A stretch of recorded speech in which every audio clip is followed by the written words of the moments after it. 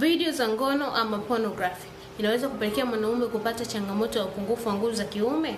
Sasa kwa kawaida mwanaume unapoangalia video za ngono ama pornography huweza kupelekea changamoto. Kwanza huenda kuathirika kimwili, lakini pia kisaikolojia. Sasa yafuatayo ni madhara ambayo yanaenda kumpata mwanaume ambaye anaangalia video za ngono mara kwa mara. Kitu cha kwanza, huenda kumpelekea mwanaume kukosa hisia ama hamu ya tendo la ndoa. Na hii hutokea pale ambapo mwanaume anakuwa analidhika ama anahinaishwa zaidi na uangalizi wa video za ngono kuliko yeye mwenyewe kushiriki tendo la ndoa. Kitu cha pili, kuwahi kufika kileleni. Mwanaume anapokuwa anaangalia video za ngono kwa mara nyingi, huenda kumpelekea mwanaume huyu hisia zake kuzalishwa katika kiwango cha juu.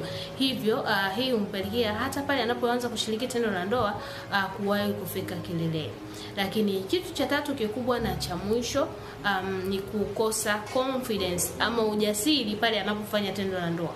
Mwanaume anayeangalia video za ngono sana sana anapokuwa anashiriki tendo la ndoa, inaweza kumpelekea kukosa ujasiri kwa sababu anapoona vitu ambavyo anavifanya yeye havifanyi sawa sawa na yule mtu ambaye huwa anamwangalia akiwa anafanya tendo la ndoa. Huenda kumfanya yeye kujiona ni mdhaifu ama ana changamoto fulani. Kwa hiyo hii huweza kumpelekea mwanaume kushindwa kufanya tendo la ndoa ama kutokuwa na uwezo wa kufanya kabisa. Sasa kwa wewe mwanaume ambaye unaangalia video za ngono, ni vizuri ukaacha.